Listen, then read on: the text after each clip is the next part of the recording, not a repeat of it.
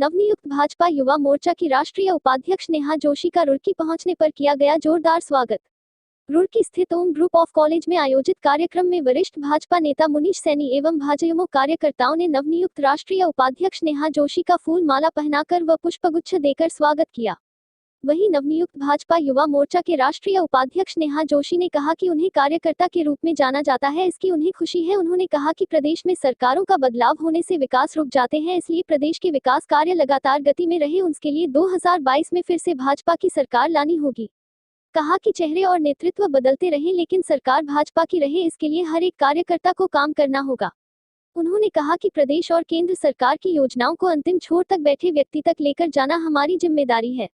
उन्होंने कहा कि प्रदेश में जो एक ट्रेंड रहा है कि एक बार भाजपा और एक बार कांग्रेस हुआ, इस बार पूरी तरह बदलेगा, क्योंकि कांग्रेस की जो हालत इस समय है वह आप सभी जानते हैं और इस समय पूर्ण रूप से विपक्ष गायब है और भारतीय जनता पार्टी एकमात्र विकल्प प्रदेश की जनता के सामने है। वहीं उन्होंने किसान बिल को लेकर कहा कि किसान अपने खेतों में खेती कर रहे हैं और जो विरोध कर रहे हैं वो तथाकथित किसान है और जो हमारे किसान हैं वो कृषि अध्यादेश को समझते हैं, क्योंकि हमारे संगठन ने जन जन तक इस कानून की बारीकियों को किसानों तक पहुँचाया है। आज हमारे संस्थान में हमारे भारतीय जनता पार्टी की युवा मोर्चे की राष्ट्रीय उपाध्यक्ष का आगमन हुआ है। मैं उनका आभार व्यक्त करता हूं कि उन्होंने प्रथम आगमन कलियर विधानसभा में किया है। उनका आभार, अभिनंदन, बहुत बहुत स्वागत करता हूं अपने सभी देवतुल्य कार्यकर्ताओं की ओर से। देखिए, भारतीय जनता युवा मोर्चा भाजपा का फ्रंटल ऑर्गेनाइजेशन माना गया है और किसी भी चुनाव में बहुत प्रमुख भूमिका रहती है युवा मोर्चा के कार्यकर्ताओं की, खासकर पहाड़ी परिवेश में, कि जन जन तक जो सरकार के काम हैं उनको ले जाने की।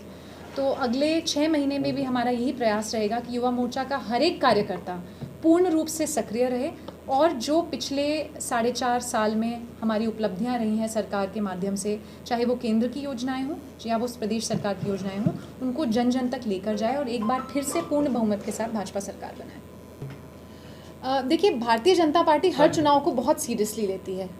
हम किसी भी चुनाव को लाइटली नहीं लेते हैं, चाहे वो पंचायत चुनाव हो, नगर निकाय चुनाव हो या विधानसभा चुनाव हो।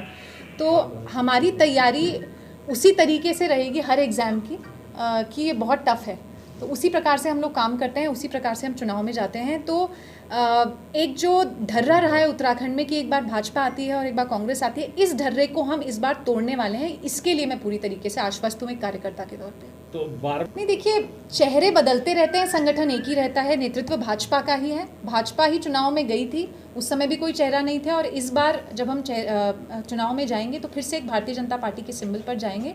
तो युवा मुख्यमंत्री हमें मिले हैं, हमारे नेतृत्व में बहुत एक बड़ी नज़ीर पेश की है कि 45 साल के एक युवा को प्रदेश की बागडोर सौंपी है।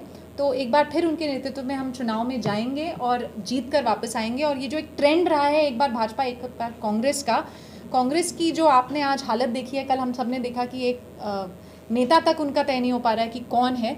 तो पूर्ण रूप से विपक्ष गायब है इस समय। विपक्ष होता तो हमें भी अच्छा लगता, क्योंकि विपक्ष डेमोक्रेसी में चाहिए, लेकिन विपक्ष पूरी तरीके से गायब है और भारतीय जनता पार्टी ही एकमात्र विकल्प इस प्रदेश में है। भैया, 57 विधायकों के साथ तो हमने सरकार बनाई थी, तो कुछ सीटें तो रही ही जाती हैं। चुनाव है, कोई जीतेगा कोई हारेगा।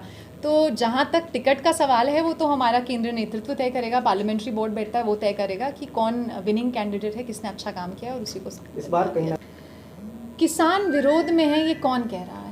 तथाकथित किसान जो आज भी विरोध में बैठे हैं, उनकी तो पोल कब की खुल चुकी है। साबित हो चुका है कि जो हमारे आड़तिया बंधु थे, जिनकी व्यवस्था को इन फार्म बिल से फ़र्क पड़ा था, उनके नेतृत्व में ये लड़ाई हो रही थी। तो आज जो हमारा किसान है वो खेत में व्यस्त है, वो खेती कर रहा है और जो ये कानून आए हैं उनको वो समझता है। हमारे संगठन ने जन जन तक इस कानून की जो बारीकियां उनको लेके गए हैं, किसानों से बातें की हैं और आज किसान आंदोलन चंद लोगों तक सीमित होकर रह गया।